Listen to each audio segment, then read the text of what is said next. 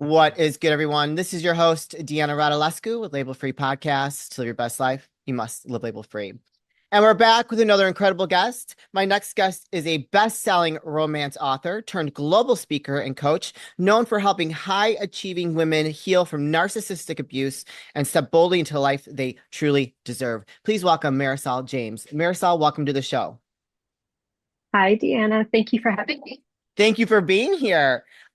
So how many romance novels do you have? There's quite a lot from what I remember.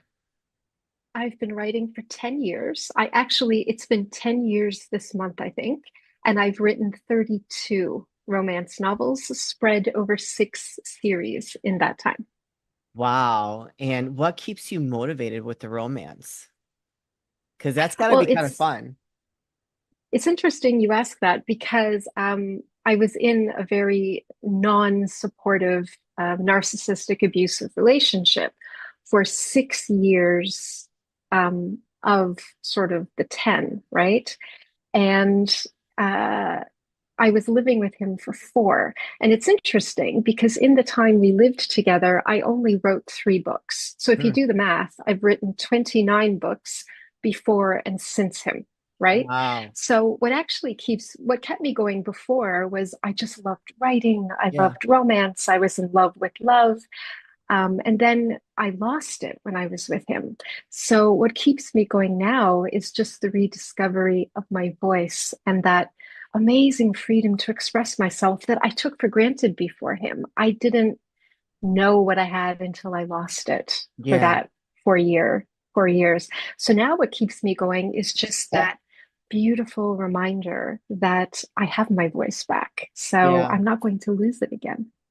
We're going to get into the dynamics of that and why you are a coach now focusing on women that are Sure. surviving narcissistic abuse. But you ever see that movie, Romancing the Stone?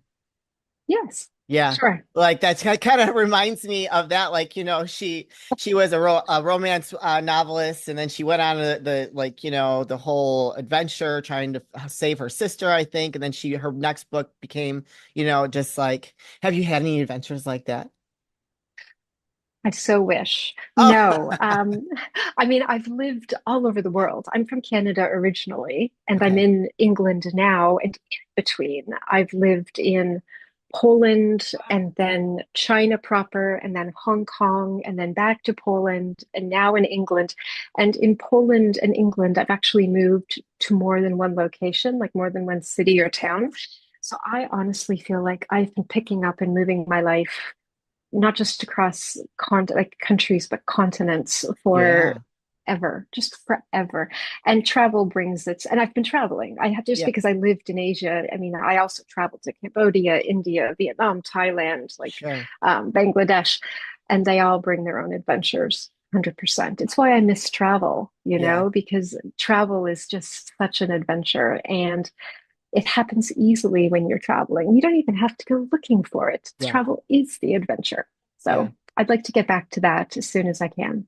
But in I'm terms of like sweeping romance, no, not really. Maybe my ex-husband, it was a great romantic story. And it even ended with a lot of respect and health and maturity. And good. it really, yeah, really great. I suppose that might be kind of my big love story would be my ex-husband. It was a Okay. tragic ending, but it was a very, very healthy ending, which is quite rare, I think. Yeah, absolutely. I would agree with you there.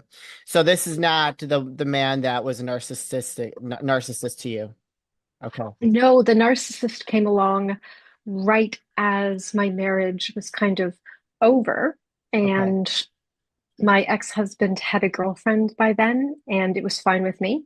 Like Yeah. we were living together, but he was seeing somebody. They're still together, actually. Maybe that's his big love story, is the Mm. woman who is after me, because they're still together. But the first relationship after my ex-husband was the narcissist, and he walked right in right after the marriage ended and just sort of offered me everything that my ex hadn't been able to. He was perfect, and I am using the air quotes Of course. on Yeah. on purpose. He was perfect. Yeah. It's very interesting that we can attract that. I think we attract that into our lives. Oh, yeah, for sure. I mean, one of the things I talk about a lot, if we're talking about label free, there's this idea that if you're a successful, really intelligent, educated, smart, worldly woman, there's no way you're going to be emotionally abused. Like, Right. there's no way you're going to fall into this mess because you're too savvy, right? And I think we have to start understanding that high achieving women are targets for narcissists. Like, we attract them for a multitude of reasons, but the biggest one, and I think the most obvious, when I say it, women go, oh, yeah, that makes sense. Um, Narcissists love to have something shiny on their arm that makes them look good. Yeah. So the better you are, like the better you look, the more accomplished you are, they get reflected glory from Yeah. you. And that's exactly something that when you, as soon as you say it, high achieving women say, yeah, actually, that makes a lot of sense. But at the time, they feel like I should have known better, which is a very unfair thing. And it's a lot of pressure to put Yeah. on ourselves. And I also, and so I love this subject because it's like even though it's talked about and there's a lot of women that are standing up to it and, and trying to like expose more of it in this pattern that happens, it's like there's something that is lacking within us that we feel like I almost think that a man that comes along that treats us that way as a narcissist, it like kind of it fills this void that we have, and then it was a false person that we allowed into our lives, and then it turns into this abusive cycle. Mhm. Well, it's, I call it a wounded strength. This is something that I've learned to A call it wounded. a wounded strength Yeah. because Interesting. it's something that's maybe happened to us. And a Yeah. lot of the women that I work with, it happened in childhood, but it doesn't have to start in childhood. Or they assume that it was some kind of abuse or maybe a narcissistic parent, but it doesn't have to be. But whatever it is, it's something that has driven us forward and made us successful, usually in a really professional way. It's given us grit, it's given us ambition, it's given us independence, it's given us resilience. That's why I call it a wounded strength, Yeah. because it is a strength, but it is a wound that we carry.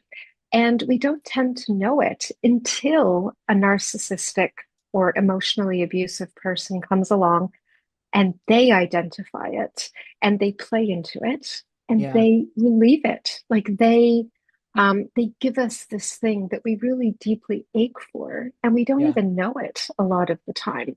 So this thing that really works for us in our professional life, that really has made us empathetic and successful and hardworking, keeps us trapped in the narcissistic relationship Yeah. because this man was the only person in my entire life who ever gave me what I so desperately needed and wanted. And I didn't even know that I needed and wanted it. So, this is something that women really need to, when I work with them, one of the first things we do is we talk about that wounded strength. And it's different for everybody. Yeah. And it's so important to identify because until you know your wounded strength, you will carry on being vulnerable in future relationships. This is why you see so many smart women repeating the same abusive patterns. It's Yeah. because they haven't called it yet. And that's really hard to do because it's something that you say, well, it's made me so strong. It's made me so successful. It has. It's also made you vulnerable. Yeah. And two things can be true at once. Absolutely. Absolutely. Mm-hmm. So that's something that is really important to recognize and talk about. And it is not discussed nearly enough. No. Can I ask what were the things that you were lacking that he filled for you? Well, my wounded strength, it turns out, and this is something that I've only discovered myself since leaving him, because I really had to ask myself, how did he sneak in there? Like, what Yeah. did he give me, Yeah. that I couldn't seem to get from anybody else? And my personal story is that when I was 9 years old, I was diagnosed with cancer. And I lived in the hospital for 3 years. So I was completely removed from the home. I Wow. was removed from all like normal society, school, Yeah. friends, swim team, my brother and sister. It was me in the hospital on a cancer ward for 3 years. And those Wow. were formative years, 9 to Yes. 12, right? Yeah. And so I learned during that time that I had to take care of myself. And I didn't allow myself to have emotional needs because there was nobody there to meet them. The staff were amazing. My doctor was a miracle worker, but they weren't, it's not their job to be my mother or my father Right. or, you know. So during that time, I became incredibly independent and resilient and strong and tough and all of these things. Hmm. And I just learned to carry my emotional needs in myself Yeah. because I couldn't trust or expect or demand it from others. So this when I left the hospital, I just kind of picked up my life and carried on. I went back to school, I rejoined the Yeah. swim team, all of that. And I just kind of carried on like nothing had happened. You know, Yeah. this was a long time ago as well. There wasn't the sort of proper understanding of therapy and Oh, yeah. impact on psyche. I mean, I'm 53. So this was like 31 years ago. I Oh, left the wow. hospital, really. Yeah. 41 years ago, right? So, 41 years ago, yeah. And I just kind of carried on and it made me motivated. It made me Yeah. hardworking. It made me strong. It made me It was traumatizing. independent, It was all of these traumatizing. things. It was. And then Yeah. this guy came along and he immediately told me, like pretty much immediately, he said, you don't have to do it by yourself anymore. Give some of it to me. Let me carry Oh, some there of you it. go. Yep. And I had never had anyone, like not my parents, not a friend, not my husband, not a man, nobody had ever said to me, you know what, you don't have to be so strong all the time. You don't have to do everything yourself. Like hand something over to me. And honestly, Deanna, I felt like I was so seen. Like I felt like he understood this aching, longing thing inside of me that this little girl who just wanted someone to just take care of her, you know? Yeah. Yeah. And he just really spoke to that. And so when he began to change and he began to devalue me, I panicked because I thought I had done something to make that man go away. Right. Like, Right. why wasn't Yeah. he treating me like this anymore? Why Yeah. was he being so negative? Why was he being so cold? Why was he being so judgmental? And I completely panicked because the one person in the world who said, let me carry some of it for you, was now handing it back to me and walking away. And I thought, oh Yeah. my God, you Yeah. know, and it happens so slowly. It's not like Nope. 1 minute he's amazing and then it takes Nope. months. And he and I had a long distance relationship for 2 years. So for 2 years, it wasn't hard for him to maintain the relationship on this Sure. level but as soon as we moved in together, within 3 months of us moving in together, flip. Wow. And It's like the yeah, Chinese torture. They drip it, yes. drip, drip, drip a little bit of like just like picking away at you and reducing your self-esteem and lowering you to what you feel is like you're nothing. Well, and my other thing was abandonment. I mean, Yeah. I think a lot of people are afraid of abandonment, but in my case, I truly was because my family would come visit me and then they would leave. They would Yeah. just leave me in that hospital room where it was like cold and clinical, and I lived in a place where children died every week Oh, because it was a cancer ward. oh, So I dealt with a lot. And so as soon as he said I would say something to him, he would do something really, really inappropriate or abusive or whatever, and I would call him on it. And then he would say, okay, well, I'm out of here. And I would yep. panic because there he is Yeah. pressing on that wound. So my wound was all to do with that 3 years in the hospital. That, on the one hand, has made me so strong, obviously, Yeah. and so resilient. But on the other, it's left me quite vulnerable Yeah. to a man who looked at me and said, aha, I see what she needs. And narcissists do this. They feel you out, they figure out where your vulnerabilities and weaknesses are, and then they fill them in for you. And that's how they become the dream man, is they give you what they know you want and need, and then they start to pull it back. And that's where the control takes over. And then it just all goes Yeah. straight to hell from Yeah. there, Oh really. yeah, I've experienced it myself. And when you're in it, which I find very interesting now looking back, right? Hindsight, Yeah, it yeah. was just like, why was it so hard for me to leave? Why was it so hard for me to get away when I knew all the alarms were going off, but I kept in it thinking it was going to come back around again and it was going to get back to how it started. And and not only that, but like that what you talked about, that cycle of control that happens is very, very scary to they make it almost to just to put the fear of God in you so you don't leave. Well, it's also, I mean, it's a lot of things. Like I talked Yeah. about this wounded strength that they press on and press on and press on. And then they show up as your dream man, Yeah. saying and doing all the right things to make you fall in love with them because they need that. You have to be in love with them for all of this to work. So what do? Yeah. They show up as your dream man. But then you're right, the devaluation and the chipping away starts, and you do panic because you feel like this man from the beginning is slipping away, Yeah. and he's making it very clear to you that it's your fault, that you're doing something wrong. So And it we all believe it. leaves, We always and believe it. yeah, well, and this is part of what makes us strong, successful women is we accept feedback. Like if somebody says something to us about what we Yeah. do at work and they say, well, this was great, but you need to work on this, we say, I'll take that on board. I'll work on that. Yeah. So when somebody who claims to love you is giving you feedback, Yeah. you say, okay, that's fair. I'll take that on board. But the problem with the narcissist is they're not giving you honest feedback. They're telling you what they need to control you and make you doubt yourself. That is not loving support or feedback to make you a better person. That is twisting the knife to regain control.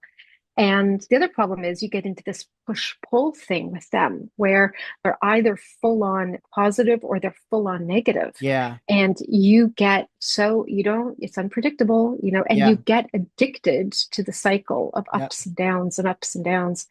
And your whole body starts to respond chemically to it. So you actually become chemically addicted to the cycle, the way that Ooh, any no other one's ever addict would said be. that. No one's ever It is said that true. before. It is true. It's Wow. 100% true.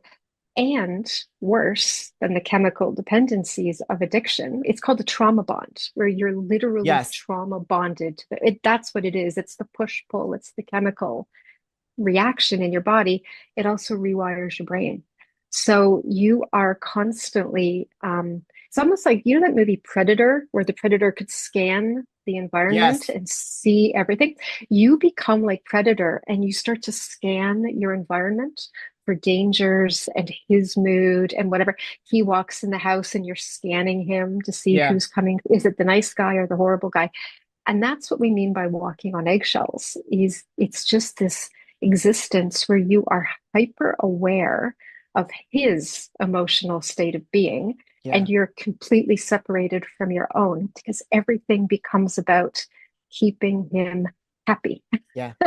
And when everything becomes about keeping him happy, you lose yourself 100%, which is what happened to me. And I think probably what happened to you based on what we talked about as well last time Yeah. we spoke. So you just start to lose yourself in this Yeah. relationship. Yeah.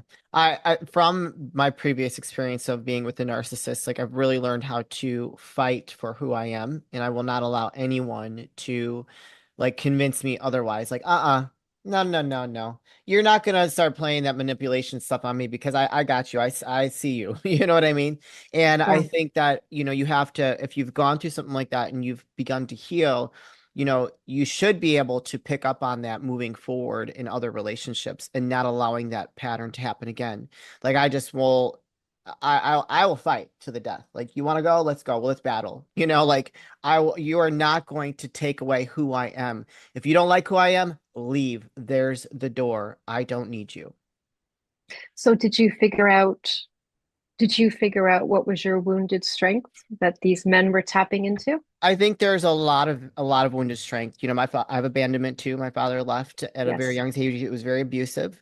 My mother was very abusive. Like I went to the food pantry at 16, which was very traumatizing for me thinking back. Like even now, I'm just like, holy cow, I was exposed to that. I worked like 3 jobs, giving half my checks to my mom. Just there's a lot there. And Yeah. there's still stuff there today, but at least now I'm able to recognize it, right? And Mhm. so kind of similar things, just different experiences. Well, I think things like abandonment are such huge words that Yeah, therapists will use and say, "Oh, you have a fear of abandonment." It's like, "Well, what does that mean?" Like for yeah, me, it was my family walking out of the hospital yeah, and leaving me there.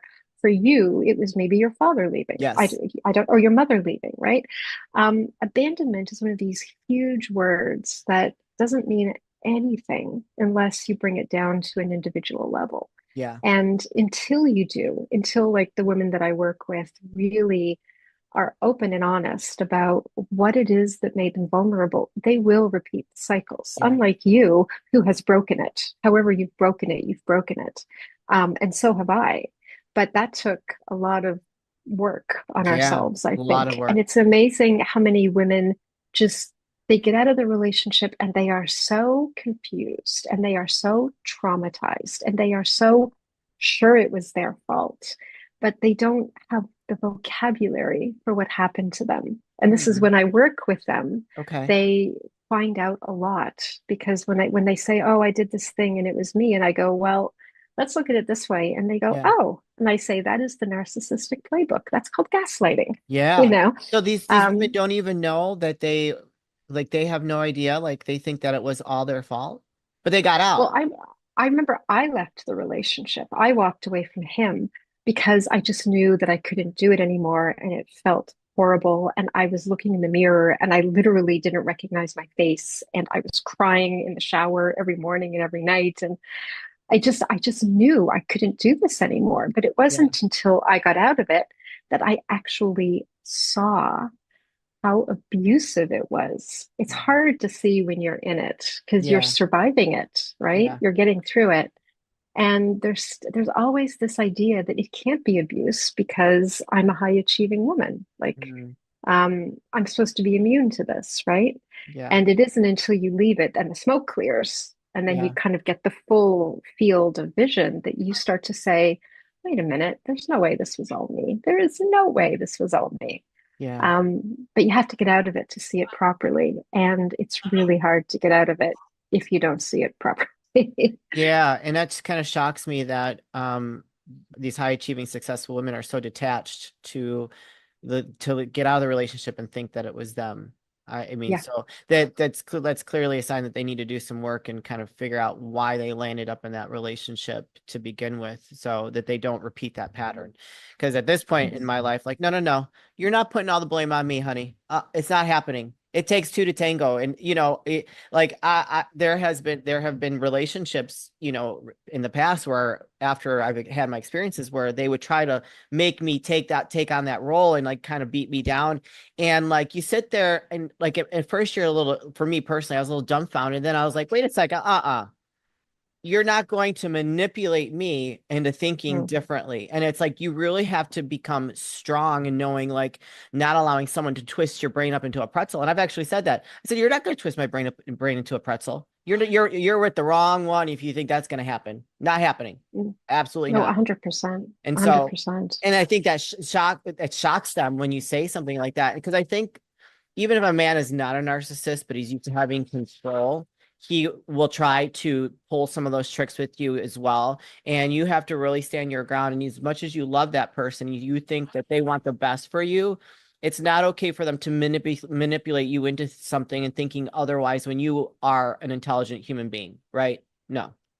No, 100%. And the thing is that, people can behave badly in relationships because they're having a bad day or they're in a bad Yes. place or something has happened and they're taking it out on you because you're there. And that is an example of bad behavior. But if you call them on it and you can talk about it and they own it, Yes. you're still in a healthy relationship. Yep. The problem with the narcissist is it's a pattern of behavior. And no matter how many times you call them on it or how many times you try to sit down and have a discussion about it, it's not going to get better. It's always going to get twisted around and thrown back on you. you're going to always end up apologizing, even though you're not in the wrong. And the cycle continues. So it's really possible to be with someone who's just kind of a jerk, but Yeah. not a narcissist, Yeah. right? Like kind of an idiot about relationships. Yeah. So this is where, when I work with my clients, we kind of talk about the patterns, like the patterns. And Yeah. there is like a narcissistic playbook that they just go Oh, down. yeah.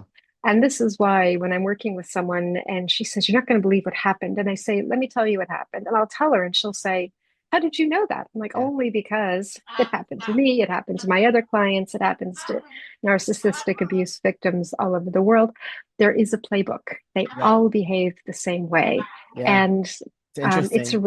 it's a relief for them to know that it's not just them, because you always think it's just you. Yeah, But for on the sure. other hand, you sort of say to them, like, "You're not that special. It's happened to a lot of women. So take comfort in that.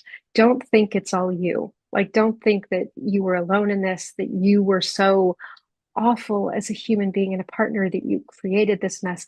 Don't think that. You're not that powerful. It's a pattern Yeah. of behavior that you got sucked into and participated in. Now, let's talk about why."